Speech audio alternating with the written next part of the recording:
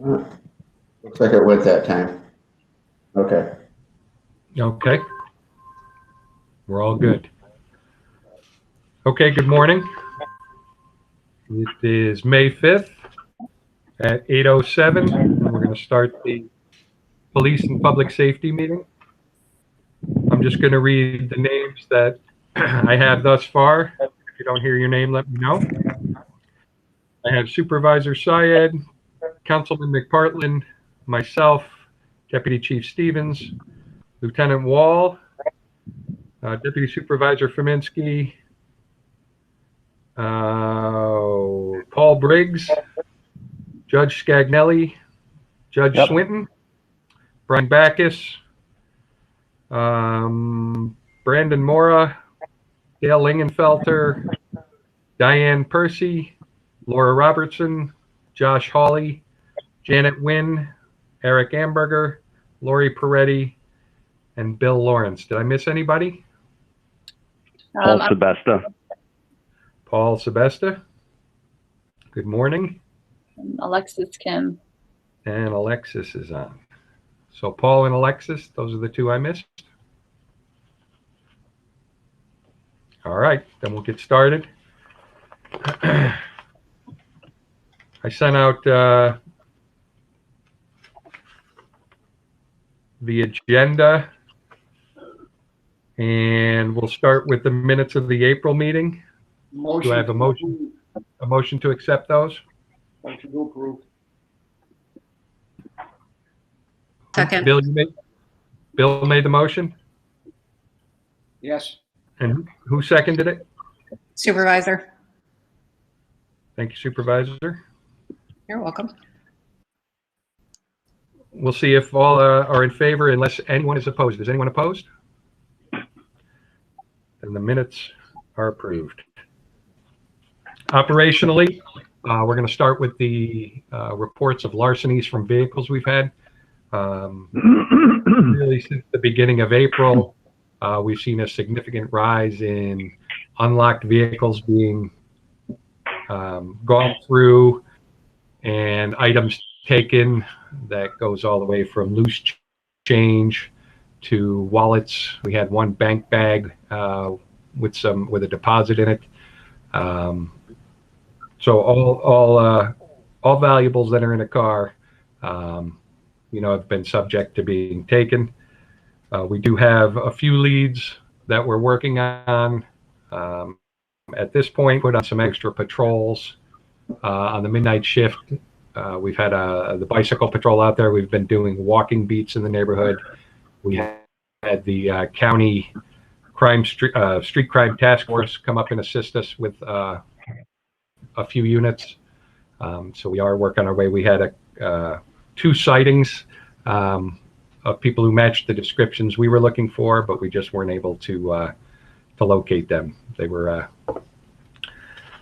pretty adept at concealing themselves. So we continue to work on that. Again, we just like to urge everyone in the community to lock their vehicles, in their homes. We've had a couple of bicycles stolen. Typically, they're taking a bike and leaving the bike they might have if it's in a lesser condition. So we just want to encourage everybody to lock their valuables and such.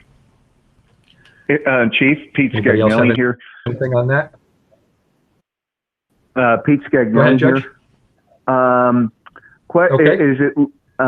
Is it confined? Are the break-ins confined to a particular area of town, or are they all over the place? They are in every neighborhood thus far. So Okay.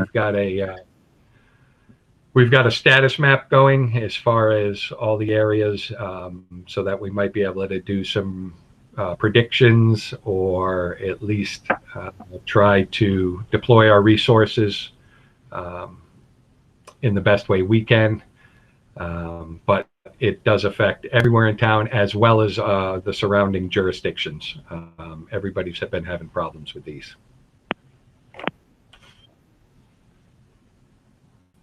Anything else? Okay. The radar speed sign on Windsor Drive, that has been installed. The highway department, Ray Smith and his group, were able to put that up 2 weeks ago.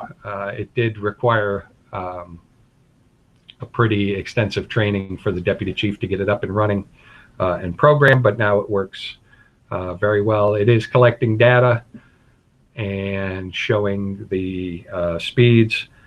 Obviously, the traffic at this point with virus going is less than what it might normally be. I don't think it's going to give us any real normal data as far as traffic volume and that kind of thing, but it is collecting data. I know we had talked in the past after this first purchase about purchasing more signs, and I think that's something that's going to go through the highway committee. But at this point, I think we could recommend that the sign does work well and does what it was purported to do. So I will let Ray know, and they can discuss it in their committee as far as any more signs. Anything else on that? Chief Paul Briggs. Hello, Paul Briggs. I got a call from someone that asked about having the speed sign on Rosendale Road near the Fatality. What's the plan for that? I know we talked about it earlier in the year. Yep. So right now the signs are going on about a six-week rotation. So I do have plans to put one of our 3 signs there, whether it's the Dean Street or the Consall Road or the Windsor Drive. It more likely will be the Dean Street sign, and that longer, and we'll have it down in that area on Rosendale Road, probably in and around the school, Rosendale School, which is about 1/10 of a mile east of where the fatality was. Thank you. Certainly. Just one other thing on the signs. So this will go through Councilwoman Jacob's committee, but when I, drop that resolution, can it be at the recommendation of police and public safety as well, that you are on board with purchasing the 4 signs that we somewhat soft committed to when we purchased the one? Okay. Michelle's here. Do we? Oh, Michelle is in. Okay. Do we want to discuss how many signs we think we want to purchase? I know the original discussion was about 1 sign and then 4 additional signs. Yeah, it was. I don't. It was for 5, so we already bought the 1, and I think one of them you and Ray had talked about, like a customization of some sort. I don't know if it was like just a color. Yeah, it was just a faceplate actually for the school zone. Yeah. Which I think. I'm not sure if we received that with the first one or if that's got to come with a subsequent sign. I think it would come with the other ones. I think it was a nominal cost. Okay. What was the purchase cost on the first sign? Do you remember? I think it was a total around 5,000 or 6,000 for the 5 of them. I remember that we had a reduced price for the first one, with the good faith intention of buying 4 more if we thought that this sign was suitable. So I'm not sure. I can look up the exact price, but the remaining 4 would be a little bit more expensive. You're right. They'd be at a lesser price since we bought them as a group. Okay. Does anybody else have any thoughts on purchasing of the other 4 signs? Alexis, we're fine with saying that in the resolution. I believe that's coming out of the highways budget for signs, correct? I believe that's correct. It seems like it would make sense since they house all the signs. So I'll make sure that's on the agenda for tomorrow's Highway Parks and Rec Committee meeting as well.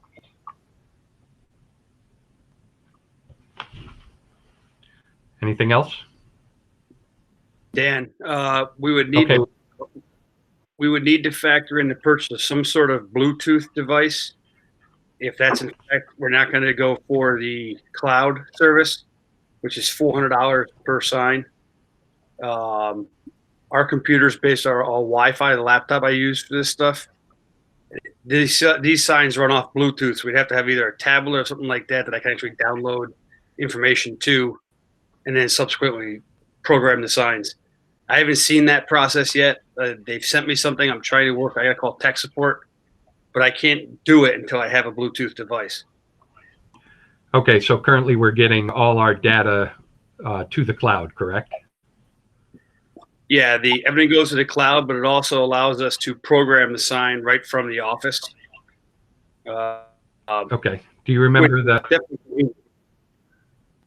What's that? I was just saying, do you remember what the cost of the cloud service was? Was it $400 per unit?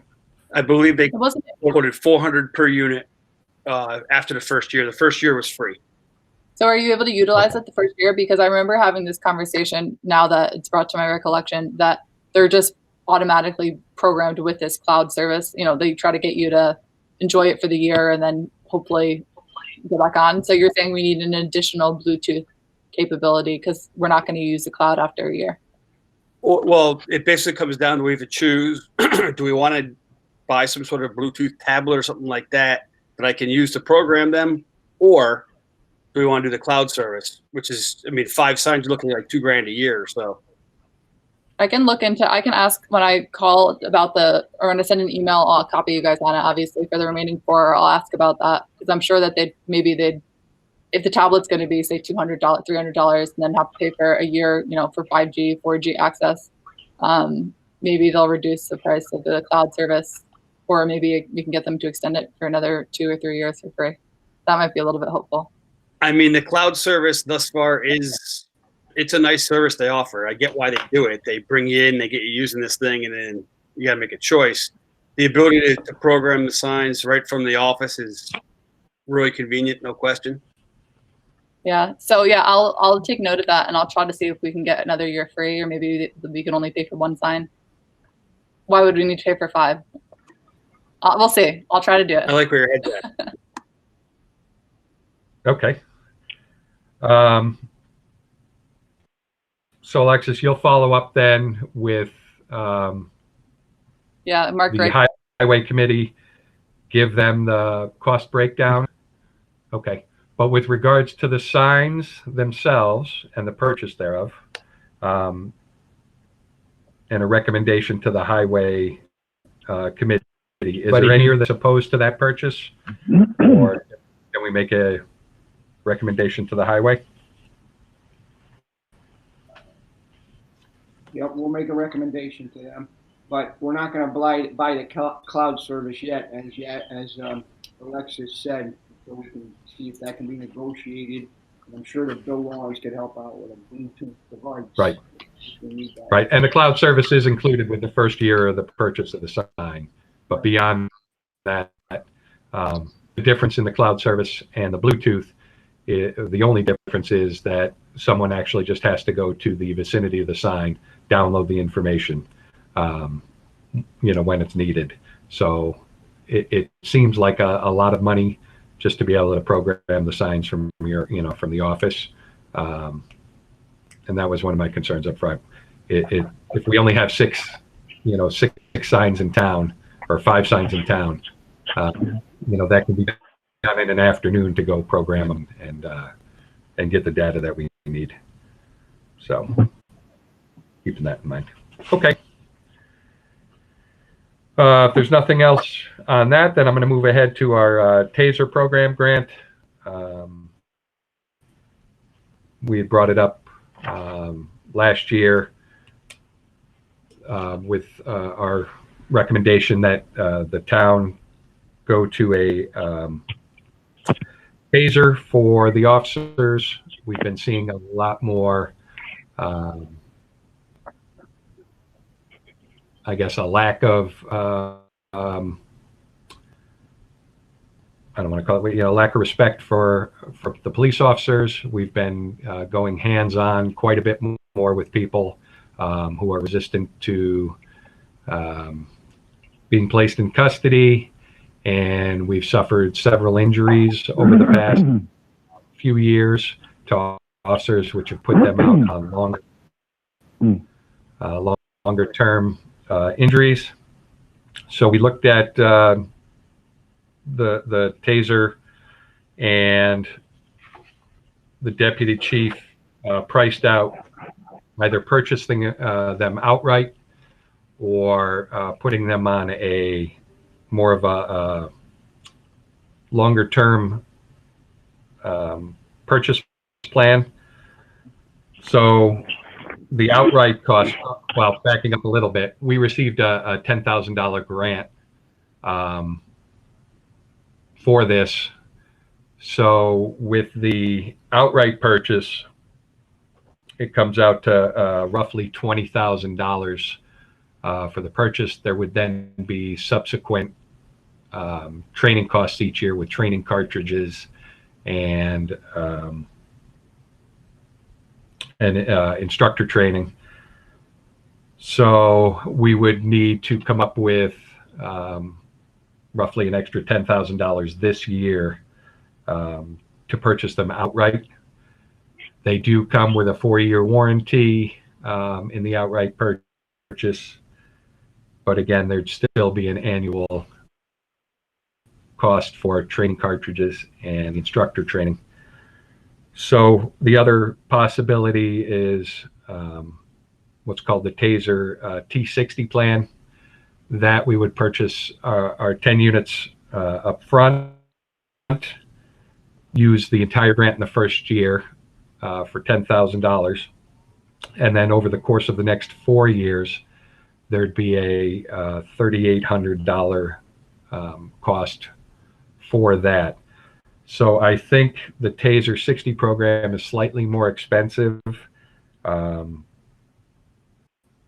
maybe $1,500, but all our costs can be put in to the $10,000 grant for the first year, get all our training accomplished, and purchase extra training cartridges so that it can reduce the number going forward the next 4 years.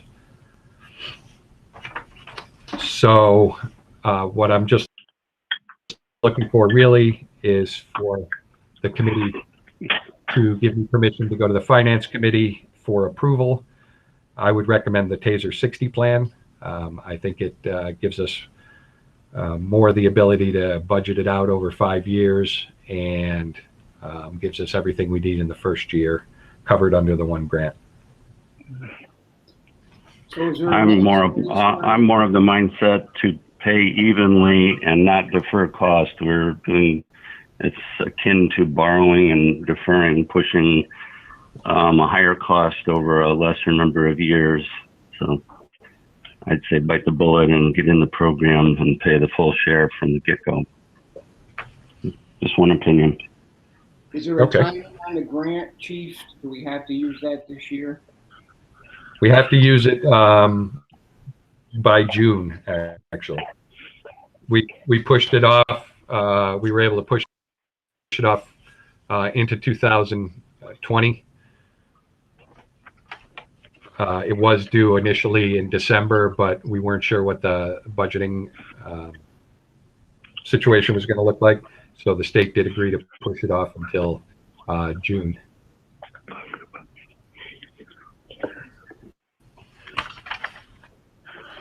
And I can forward a copy of the breakdown out to the committee after today's meeting.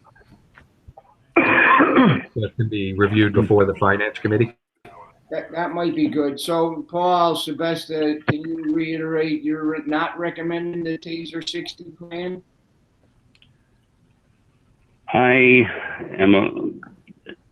I prefer putting it in and paying as you go, so not deferring. The 60 plan is essentially using, I guess, the grant for equipment and outfitting, necessary equipment, and spreading a higher cost over a shorter period of time for the maintenance and upkeep, as I understood it.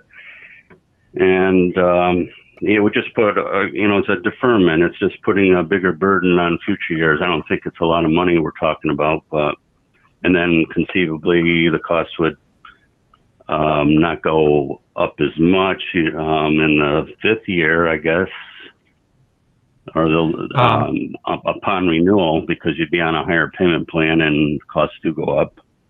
So Paul, if I were to just get you the breakdown on both, that way you could kind of see what the numbers shake out to be, and then maybe make a recommendation for the finance committee.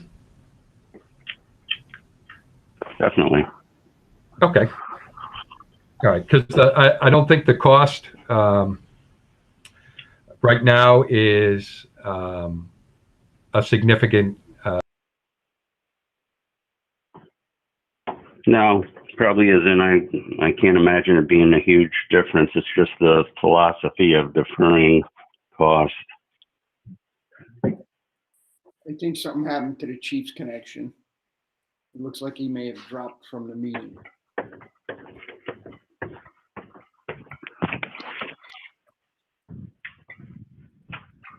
So apparently he has. We'll have to wait for him to sign back in. So that's great, Paul. He's going to send you that information so you can give us some sort of budget analysis for this. We need to watch all of our expenses and all of our spending. I've said that before at the other board meetings. So I'm very, cautious of spending money, and we don't want to lose our $10,000 grant though. No, I didn't hear we would lose it.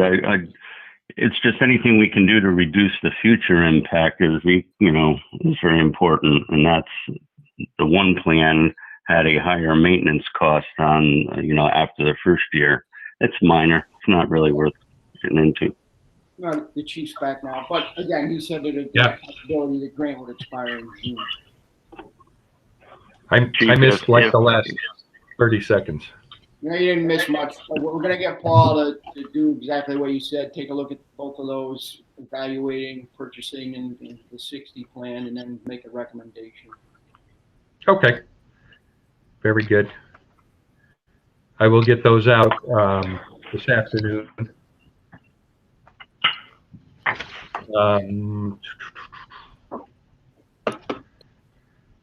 Okay, the next topic is the live scan fingerprint system grant. This is also due to be purchased by June. This is a matching grant we have. The system is a just about a $20,000 system. It's going to be mandatory by the state. They're changing the manner in which they do electronic fingerprinting. They're going to a palm print, and most of the agencies in the state do not have systems that are compatible with that type of fingerprinting. So thus they gave out the grant, which we were awarded for half of it. The grant is available until June of 2021. However, there is a $3,500 discount on the equipment if it's purchased before June 30th. So it would require $10,000 this year that I don't have budgeted if we were to go ahead and purchase it before the end of June, or it would go up to about $23,000 if we were to defer it into the 2021 budget. So I just wanted to bring that up to the committee for discussion. Hey, Chief, can you just expound on, you said that it's required, that now you can't use regular fingerprints, you have to do palm. So, I mean, if we weren't to buy it, are we going to be out of compliance with some, is it a regulation or is it a best practice? Or? Yes, we would, the state's going to mandate the palm printing, which is all different software, all different hardware. None of our hardware can be carried over into the new project. So it's brand new soup to nuts. When is the effective date? Because it seems like it's a choice without an option if we have to comply with it and we don't have the ability to do so.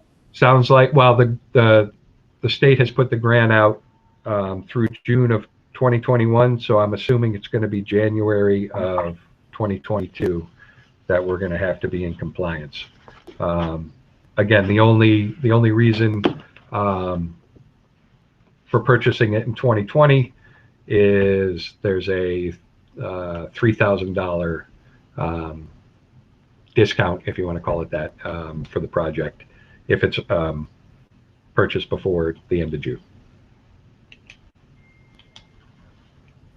Well, if we need the equipment, I'd prefer to save the $3,000 and buy it now and get up to speed before it seems like there's probably going to be a rush on this equipment because people, other departments may wait, and then you might have trouble getting it. So if you can get in line first, get the equipment, save $3,000, I'm for that. Okay, that would be my recommendation. Is there anybody opposed to bringing that to the Finance Committee to purchase it this year, by the end of June? All right. I'm assuming that needs a resolution as well. Yes. Okay. Is there any value to the used equipment? Is that going to be taken by the company you're buying the new piece of equipment from? No, there's no trade-in value to it. There is right now it's probably a 6-year-old 35 millimeter camera that we'll be able to utilize for our detective division. But otherwise, the fingerprint scanner and that kind of thing, we can look into surplusing it and auctioning it off. Maybe there are other states where it would work, but it's all pretty much involved with the same type of equipment that comes from the company, and I don't know if it's proprietary. Adim is the name of the company who produces the equipment. But I can look into if there's any surplus value to it. Okay, thank you.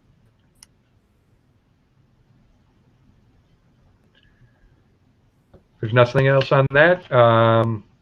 Just the fleet and equipment, the vehicle decontamination. We continue to use Niskuna Tire for their ozone equipment. We've been trying to do that once a week. With his equipment, he's actually allowed us to bring that up just to the station so we can do it right here. Our staff wipes their vehicles down at the beginning and end of every shift, all the hard surfaces and that kind of thing with a antiviral, either wipe or squirt bottle liquid. We did go to Fusillo Hyundai. They actually provided us with a treatment for the car, which they claim the residual stays for up to a year, where it continues to kill bacteria and virus. So at no cost to the town, they did that for us.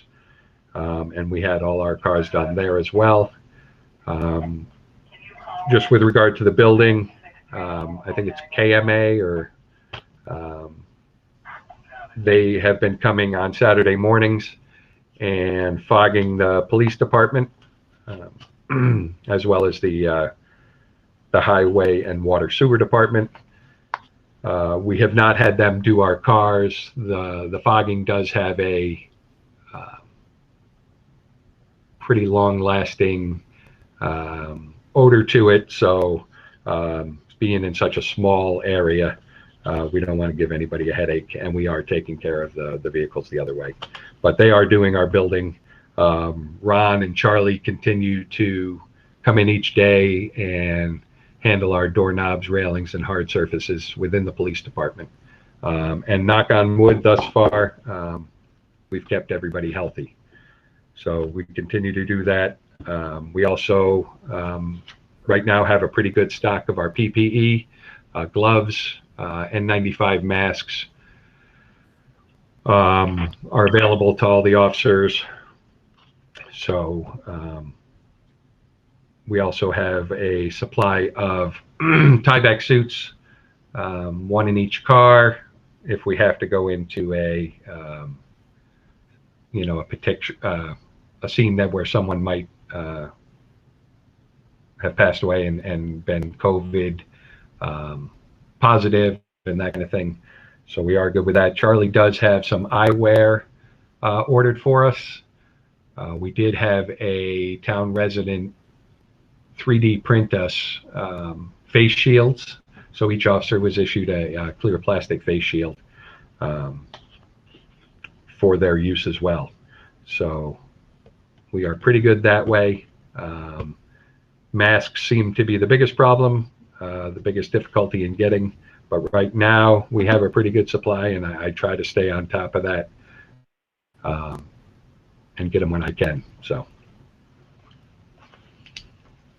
just to repeat, you're not using KPM for your vehicle decontamination. You're using Miskina Tire and other locations, right? correct. Correct. And we talked about building contamination. Back up, Chief, just Go one ahead. question. So was it a resident or was it a company that donated? Because we should be keeping, this is just me being like a housekeeping item. We should be keeping a list of all of the really generous people who have been donating during this time. That seems, incredible that somebody 3D printed face shields. That deserves, Yeah, it was. Yeah. So do we, maybe the supervisor or Councilman McPartland can especially thank them. Absolutely. I'll put a list together for him.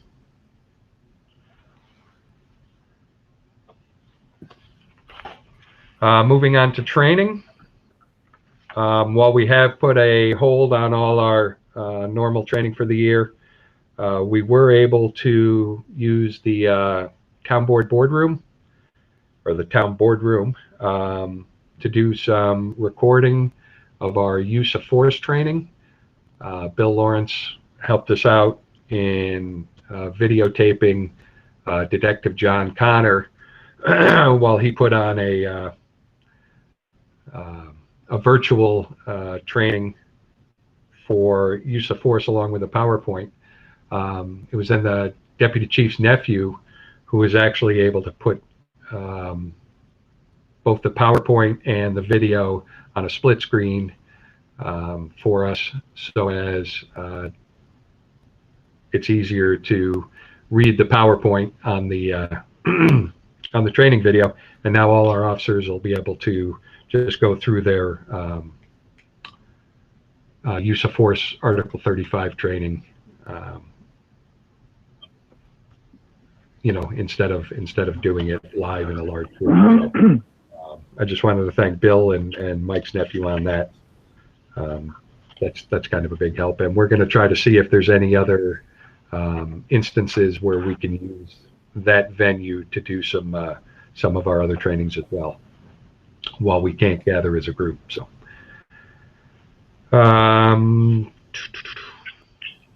community events. Apparently, we had a traffic issue at the Arbor Day tree giveaway.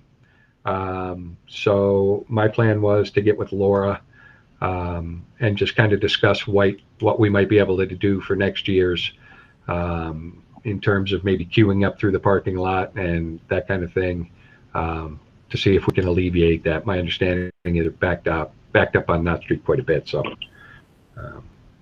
we'll take care of that.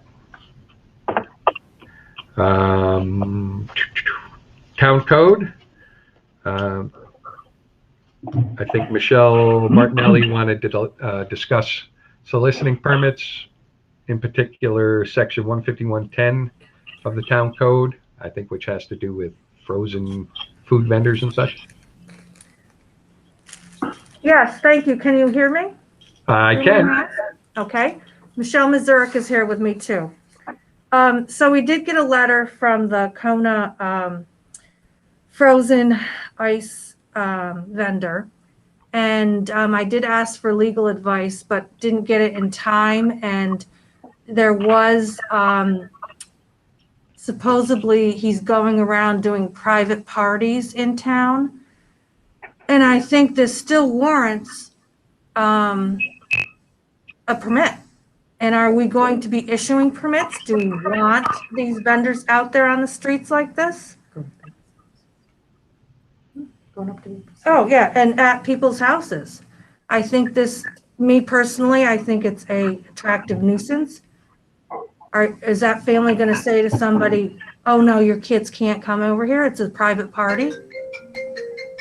I don't know. So I need advice on that. So Michelle, right now, are you not issuing permits? Sorry, Councilman Park, I mean to cut you off. Sorry. The email you sent out, Michelle, regarding that, it seemed like it was more of a delivery service that they were offering. That's what I read. Is that the case, or is that not the case? It could be the case, yes, but thought there was like a private parties going on, but maybe not. I could be mistaken. So is the question more tailored to whether or not this is soliciting and peddling and falls within the realm of section 151.10 of the town code, or if this is individual sales? I read the email from the vendor in question that he was looking to renew his dealer and solicitor permit for the year, which suggests that almost like the admission that it's more, they understand that they need a permit for this. Michelle, is that correct? If they're going to be out on the streets, they should have the solicitor's permit. Okay, so it's not a question of whether or not they definitely need it. It's a question of whether or not you should make an exception and allow this one company to have it, or if we should be doing peddler and solicitor permits in light of the fact that we're on a stay-at-home order until May 15th. Yeah, in the light that we're in the situation we are now with the COVID, should we be even issuing these type of permits? Yeah, I mean, I think if you can't just do it for one business, you have to do it for all of them. Right. Correct. And do we want solicitors going door to door at this point? I don't believe the residents are going to be happy about that. I mean, it's what, May 5th? You think that we can just make you put out an announcement that there'll be nothing going on until May 15th? So, you know, send an email then. Are we opening back up on May 15th? We don't know that yet, do we? I don't know. Governor Cuomo, I don't think he's on the call. But perhaps we can just maybe send, I know you've been asking how to respond to the email. Maybe just be a little bit more direct that you're not issuing May 15th at least at this time. And then we'll review it after May 15th. Yeah. I mean, obviously, it's open for discussion, but yeah, that's my opinion. So should he still be doing deliveries like that to the houses?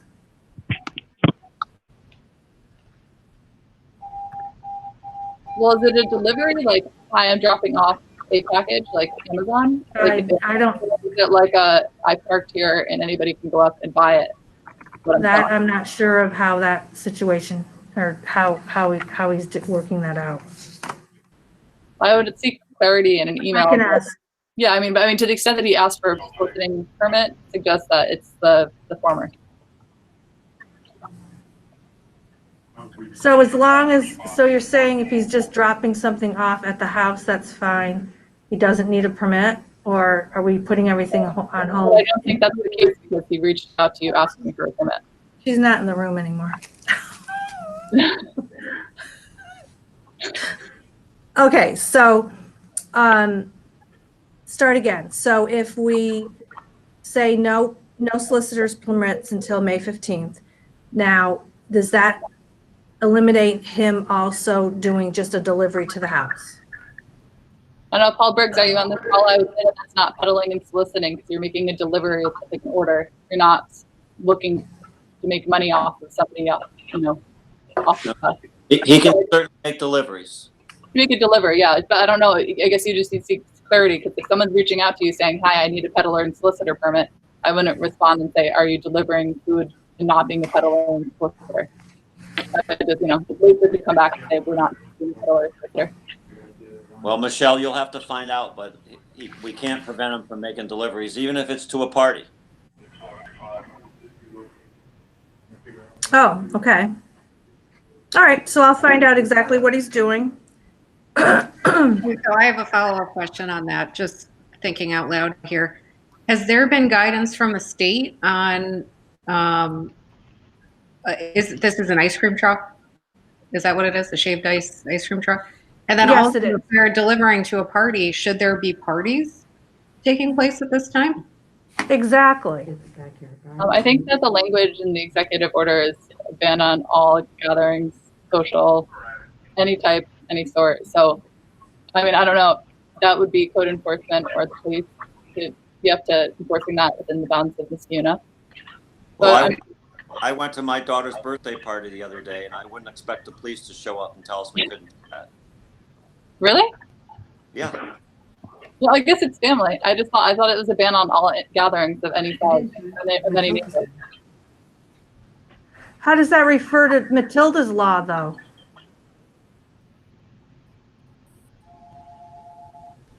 I guess it's a question of optics. I agree, Paul Briggs, that necessarily enforcement is not going to be taking place on every single party, or that we should take the time to do that. But I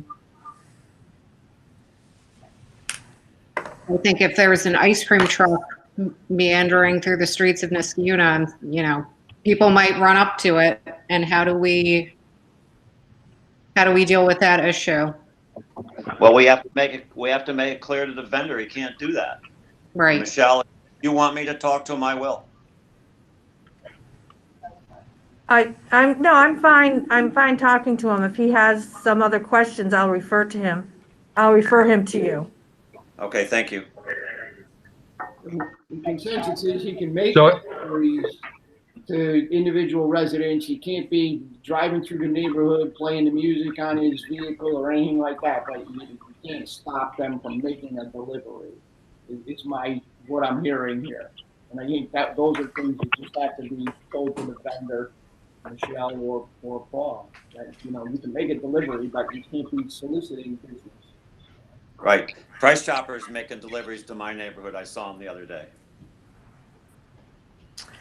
Yeah, that's a little bit different than, what people are used to having, that vendor being on the streets. They're thinking, ooh, good, we can go out and buy something from them. And they might not realize that they're just making a delivery. Somebody's Isn't not that going to run gonna up to the Price Chopper vehicle and think, oh, I can buy food from them. Michelle, wouldn't this have to be a bulk delivery? I mean, a delivery isn't you park the truck in the driveway or in the road and deliver one ice cream or shaved ice at a time. Is that the difference? Or a bulk delivery of miscellaneous ice cream products? So you're getting more specific, as the truck has to be in their driveway making the delivery. Well, I'm just saying, I don't think a delivery is serving individuals. That's more of a retail distribution than what I think we're talking about as a delivery, where you deliver a box of ice cream products. I think that's the delivery Paul Briggs was referring to, like Price Chopper. You get delivered a bag or a box of items. You don't serve individuals. That's to me not a delivery. Yeah, and I agree. And now that I'm trying to think of it, I think that the distinction we just say to the vendor is that they fall within the realm of our code, meaning they need a permit if they're parked on a public road. If they're in someone's driveway parked, then it's kind of out of our hands. I mean, hopefully, then it's on the homeowner for having a gathering, in violation. So I would just say no selling products. I mean, unless you're doing a delivery parking in someone's driveway, basically. No until March 15th, unless extended further. That would just be my legal recommendation. So delivery only until March 15th. Meaning, yeah, no parking on the street. In the resident's driveway. May 15th. May. And also, it's only on Saturdays and Sundays in the town of Niskayuna. Correct. So if we see the Kona or the vendor out on Monday through Friday, we would have to presume that they're doing it through delivery. Otherwise, it would be blatantly in violation of the code. What if they're making a delivery Monday through Friday? This is like a rabbit hole. Yeah. It's one that I don't wish to be in.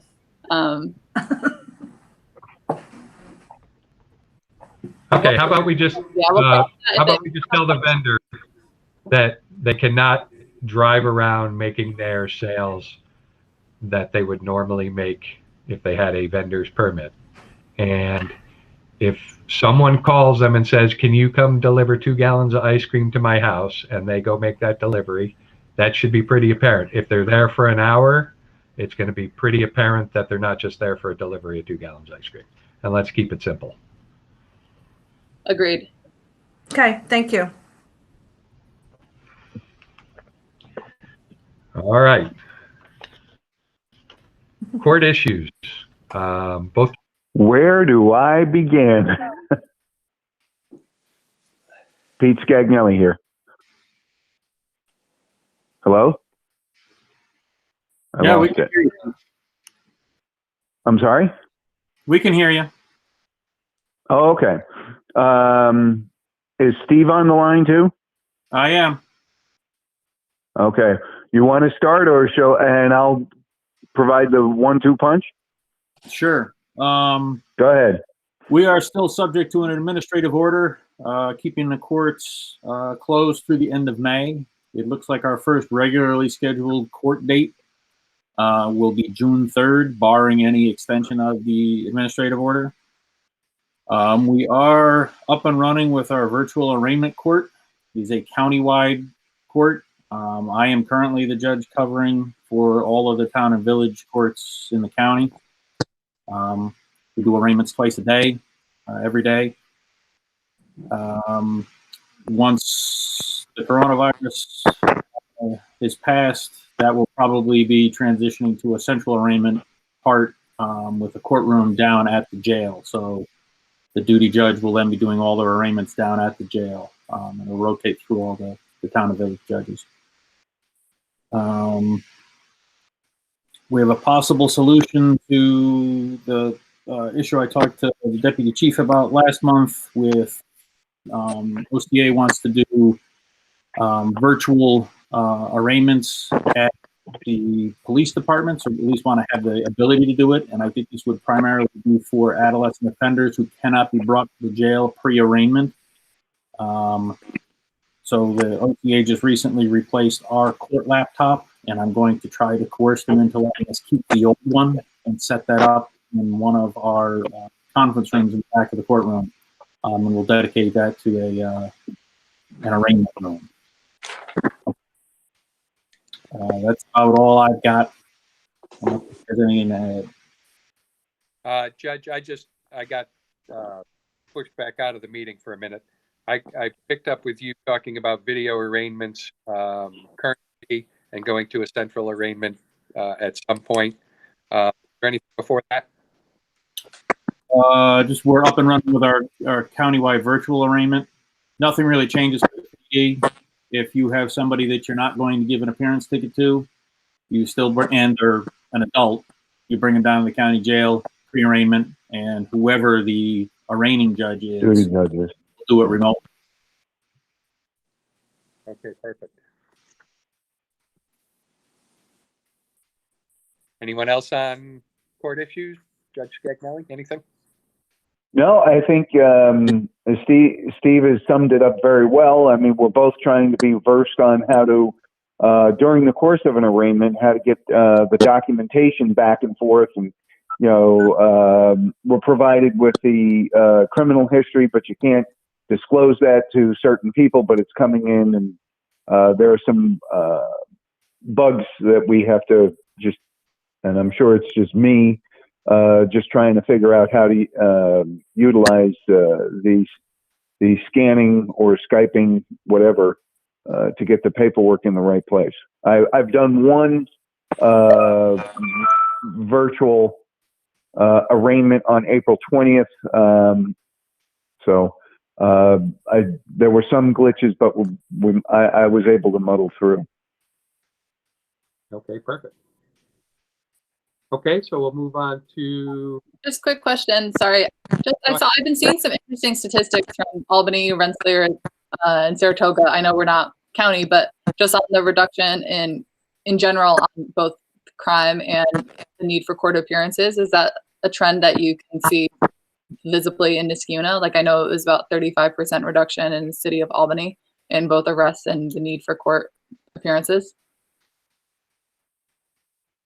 Well, I mean, I think to the extent that people are staying inside, they're getting into less trouble. So that's probably why there are fewer arrests. And I think there's also been a greater reliance when someone does get arrested on appearance tickets. They did just expand the bail eligible offenses again. So we may see, based on what the arrest charge is, we may see an increase in that. For example, criminal obstruction of breathing or circulation, which is one we were all concerned about not being a bailable offense. That is now bailable. Assault third degree is now bailable if it's domestic related, and bail jumping is now bailable. So those are three that will likely see people not being appearance ticketed from this point forward and probably going to county jail for an arraignment. And it's to follow up on that. It's interesting to note that the arraignment that I did was a domestic. You had a grandmother, mother, and boyfriend in one house, and he let fly on the grandmother. Allegedly. Thank you. Allegedly. And I'm quite frankly, I'm surprised we're not seeing more of that. I think there will be an uptick in domestic violence stuff, but it hasn't trickled down to our court anyways. So we're now falling within, Governor Cuomo announced 2 days ago that in March there was a 15% uptick in domestic violence. In April they saw 30%. Concerned about May following that trend. That isn't something that we've seen, luckily, knock on wood, in Niskuna. Is that correct? That's correct. Yeah, the chief deputy chief may be better able to answer that because, like I said, up until recently, a lot of the domestic charges were not bailable. Right, we're not bailable for an arraignment. Right. We were generally holding a lot of domestic related arrests for arraignment because many of them required an order of protection. Order of protection, right. Wanted an order of protection.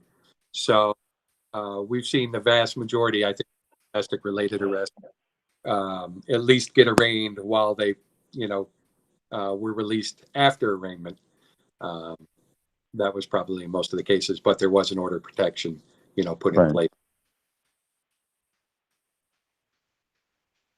Anything else on court?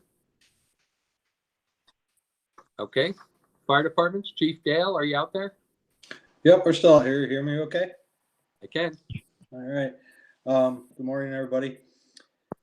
Just to kind of dovetail on the statistical changes, we're looking at our calls.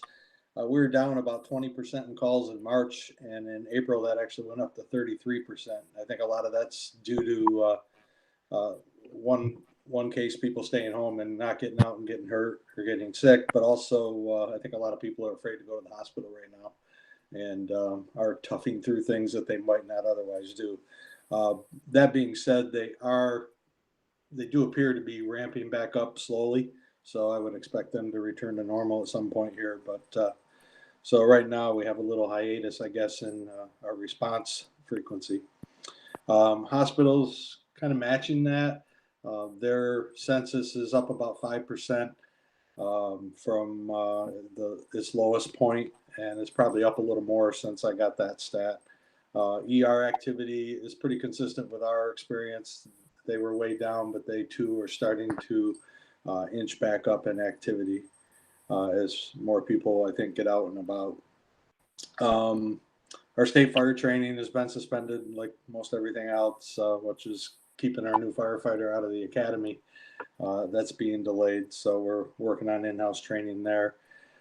This may be old news, but I know Stanford Heights and now District 2 has both limited their EMS responses to more critical, they call them Charlie, Deltas, and Echoes. So the lower acuity patients, they are not responding to them, and that's basically per a DOH recommendation for limiting exposures unless they're really necessary. And we took delivery of our ballistic vests. They were on order for quite some time now. Those are for responding to any hostile or potentially hostile events. And there was one thing that came out, kind of half came out in the news a little bit, so I just thought I'd convey it to you guys to let you know. Back a couple weeks ago, there was a protocol that was put out by DOH and sent out to the EMS agencies on cardiac arrest protocols that basically said we weren't supposed to attempt to work a cardiac arrest. This was actually a protocol that was requested by New York City probably 3 weeks prior to when it came out, but by the time it came out, this situation had changed in New York, and they weren't even in need of it anymore. So it was more of a kind of a disaster protocol. It did hit the news. There was a little bit of misinformation, but it shouldn't have ever been sent out. It was rescinded within a couple of days. So just if you get wind of something like that, that's pretty much what occurred. So we are still working our cardiac arrest just as we always have. Though the only change that has come out somewhat recently is we will be working them, if it's in the home, and at some point, if we don't get a positive response from the patient, we've been instructed to secure at the residence, which Dan may increase your guys' workload a little bit, but because when we do that, then the person gets turned over to law enforcement for follow-up at that point. But that's pretty much it on our end. We're just kind of taking advantage of the slower call volume to catch up on some training and some other projects at the house. Thanks, Steve. Can I just clarify one thing with you? You said sure. Fights aren't responding to the Alphas and Bravos. There's still an ambulance going at that point, right, for Mohawk Ambulance or District 1? Yeah, absolutely. We're responding to everything because we do run the ambulance in our district. Yeah, Mohawk Ambulance is still responding in the other two districts to everything. DOH has just recommended the BLS first response agencies limit their responses to limit exposure. And typically the Alpha and Bravo responses are not life-threatening type situations. So while the presence of the first response is advantageous, makes patients a little more comfortable, from a medical perspective, it's not like absolutely critical. So DOH has recommended them not going to those. But yes, there is still an ambulance coming. So there is still help on the way. Okay. Thank you. School district. There's not much going on as far as school. It's been canceled for the year. Brian Backus, are you out there? Are you aware of anything the school is going to do that we should? I don't think there's anything right now, Chief, that would warrant the Police or Public Safety Committee. Okay. All right. Then we'll move on to personnel. Kamiko Mosier, she was our lateral transfer from the Schenectady Police Department. She started on May 1st. She's doing just a period of training to get her familiar with our policy, our records management system, some of the other software we use for accidents and ticket writing, and mostly just how we do our job here in Niskayuna as compared to what they might do in Schenectady. So she'll do that for about a month. She, is acting as a patrol officer in a 2-person unit, but she just won't be on her own till June. Sergeant Party, he is still deployed in New York City, is my understanding, helping out with the COVID response down there as part of his military duty. And Officer Mario Kulira, he successfully completed his field training portion, and he's just in a shadowing phase through the end of this week, and then he'll be out on his own and available for overtime and mandates this week. So that's what I have for personnel. So now we're going to go to other, and this is why Laura Robertson's been hanging out so long, and I appreciate that. She had asked that we just talk about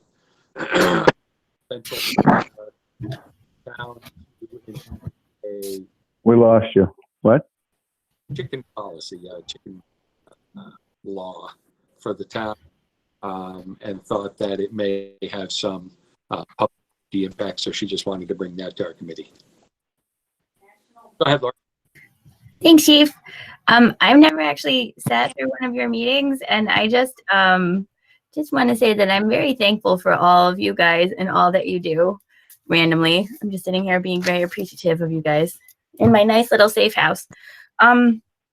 So I had circulated a code for potentially the town of Niskuna adopting chickens, and it was based on the city of Albany's, which was, I think, one of the more recently adopted codes, which was one of the reasons that we were looking at it.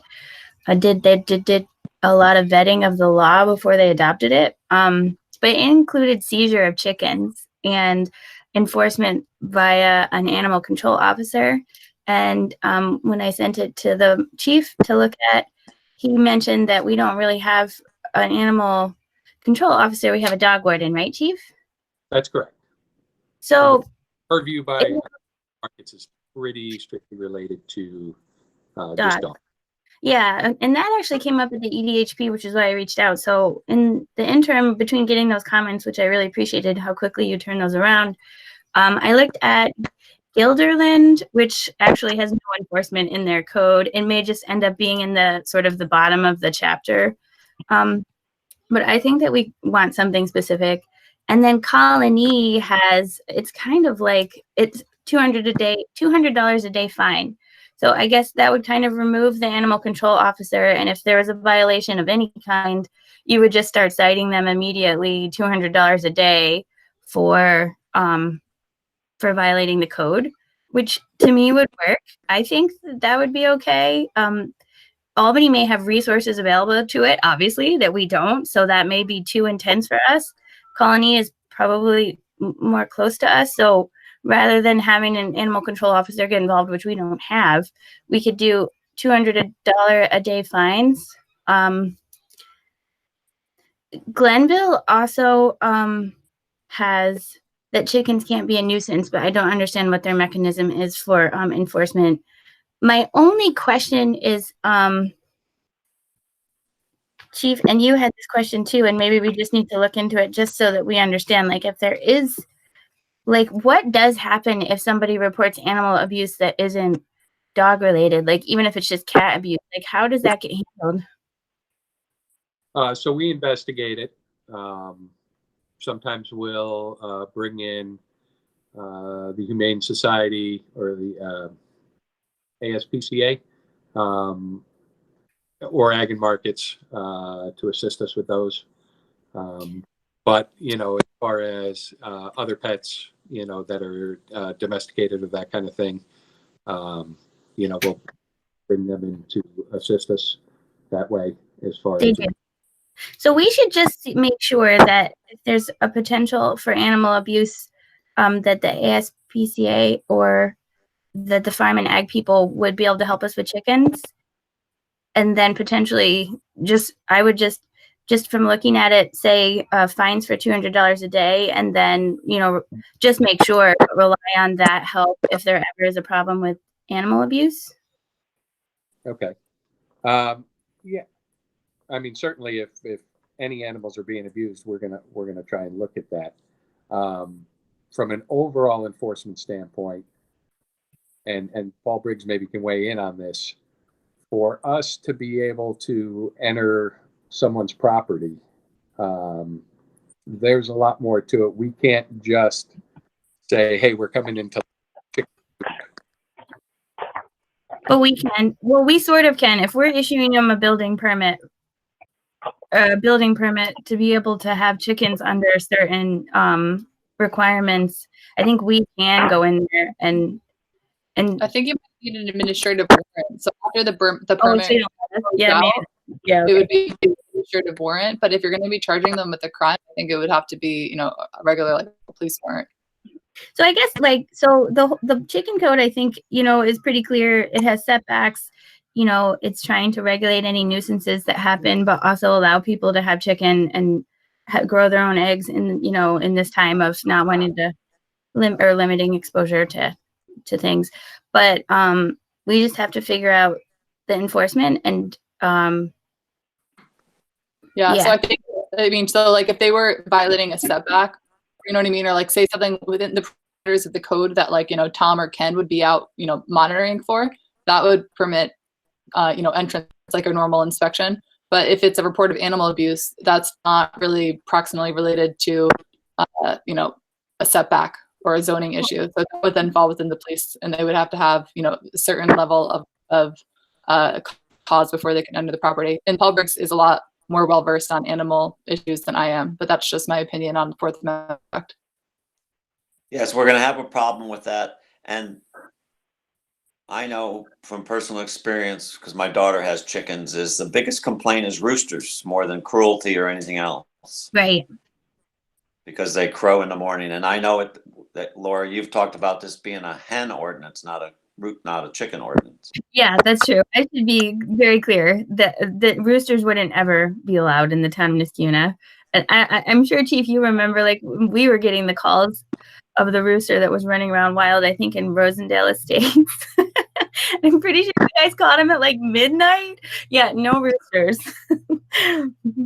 So that's going to be an enforcement problem, but we'll deal with that. It's not, I think we're overthinking things. Okay, so then we should take out the specifics of like the animal control officer and all that stuff and stick to $200 a day. And then if something weird enforcement wise comes up, then we just follow the usual channels. Correct. Okay. Just so I'm going to be a building code enforcement officer position, regular code enforcement that way. If it were a cruelty thing, obviously caused by chickens or something, then that would be a law enforcement. That was just one other question I have. I mean, I don't know if chickens or hens fly, but is there anything that is going to be in place to keep them from getting out, getting into the roadways, getting into the neighbor's yard where we're going to start hearing neighbor complaints and that kind of thing? So there is certain requirements for the pens that hold the chickens that I've written into the code based on the Albany code. I can look at the other codes. I do think that it depends on the bird, but they can fly. And actually, like some of the other codes that I found, they don't even have any mechanism for regulating them, except that they're not allowed to leave the property and start being a nuisance to the neighbors, which they will if you don't have the right, you know, like enclosure. But so the question is, do you have to put a top enclosure, or how tall does it have to be, or something like that? Because they can't fly a lot. But I lived in Indonesia for like 2 months, and there were chickens everywhere, and they would fly up into the trees. So I've seen them fly, you know, 6 or 7 feet high, but they're terrible at it, and they don't land very well. Well, I can speak to that again. Most people that have chickens, including my daughter, they fence the top of the pen because hawks come down and take the chickens. Okay. So it's not to keep them in, it's to keep predators out. Gotcha. My only concern, I mean, we go to complaints because people are using their snow blower to blow snow into the neighbor's yard or leaves, and we have to go on those calls. I can only imagine what we'll get as far as and even if it's a hen ordinance, I think occasionally we will have calls for rooster. Like during the day, obviously the building inspectors can go out, and if they see a rooster, like cite them. But, you know, I would think that there would be a small uptick in, you know, complaint calls based on hens and things. Okay. And it's my understanding you have like a survey out as well for the town. Yeah, I think there's one out. I haven't looked at it yet, but I do want to look at it. And we would also want to look at the results of that, because, you know, the planning board had been looking at chickens for a while, but I said this into the email to you, was a little bit split on their recommendation. And we've been getting a lot of the comments. I think everybody on this call has probably heard the comments at the town board. So I think that survey is intended to maybe get a larger swath of people's opinion to see if we want to move forward or not.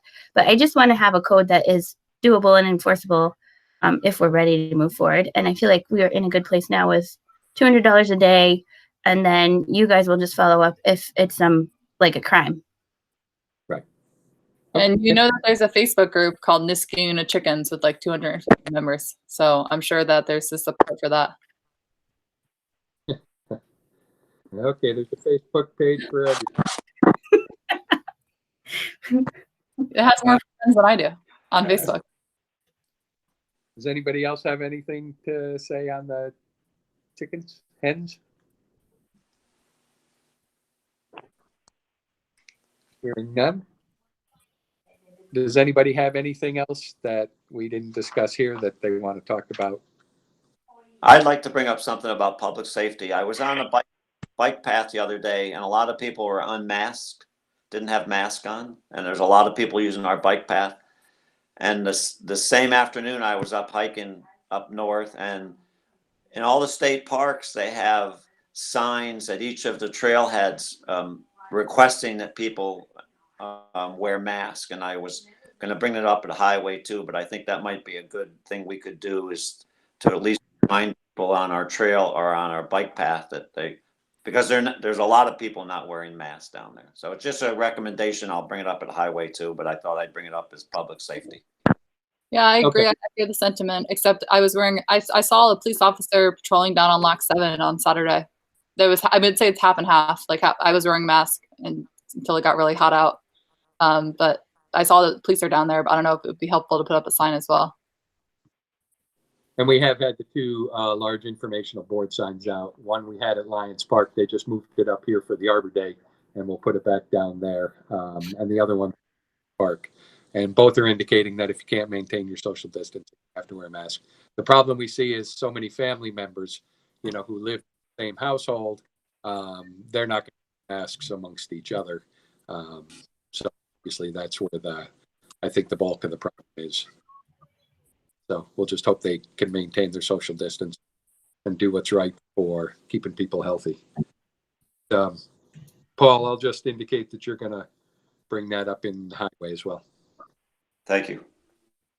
As you said, it's an educational issue. It's not when you're outside, if you're facing people, you don't need the mask on. But on the bike path, because you're very close to people passing, you should wear your mask when you're passing people. And again, it's just sort of, I think people need to be educated about it. And the governor even spoke to this, that people should have their masks available to them when they are in those kind of situations, on a bike path or in a park where you might become, close to a person and you can't get away from them. And just to that note, we'd had some complaints of basketball games going on down at Blatnick Park.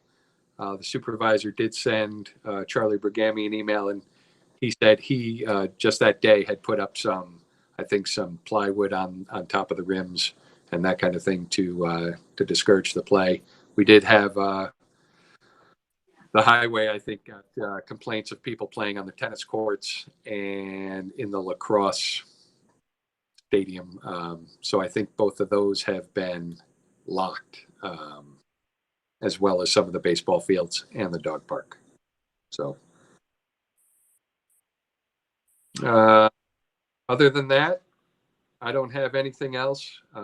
We don't really have a provision to go into executive session today. So we won't do that. Our next meeting is scheduled for June 2nd, right here in the virtual room, unless something changes. And if a motion to adjourn. I move. Second. Who made the motion? Paul. I did. Pete Scagnelli. Okay, Judge, thank you. And Bill, you seconded. If there's anybody hearing none, we are adjourned at 9:21. Thank you, Chief. Thank you. Yes, thank you. And I echo Laura's sentiment. Thanks for all of your department. I know that it's nice being able to be in my bedroom, and you guys all have to be at the town hall. So Keep holding down the fort. Do what we have to do. All right, everybody enjoy their day. Thank you. Thank you. Thanks.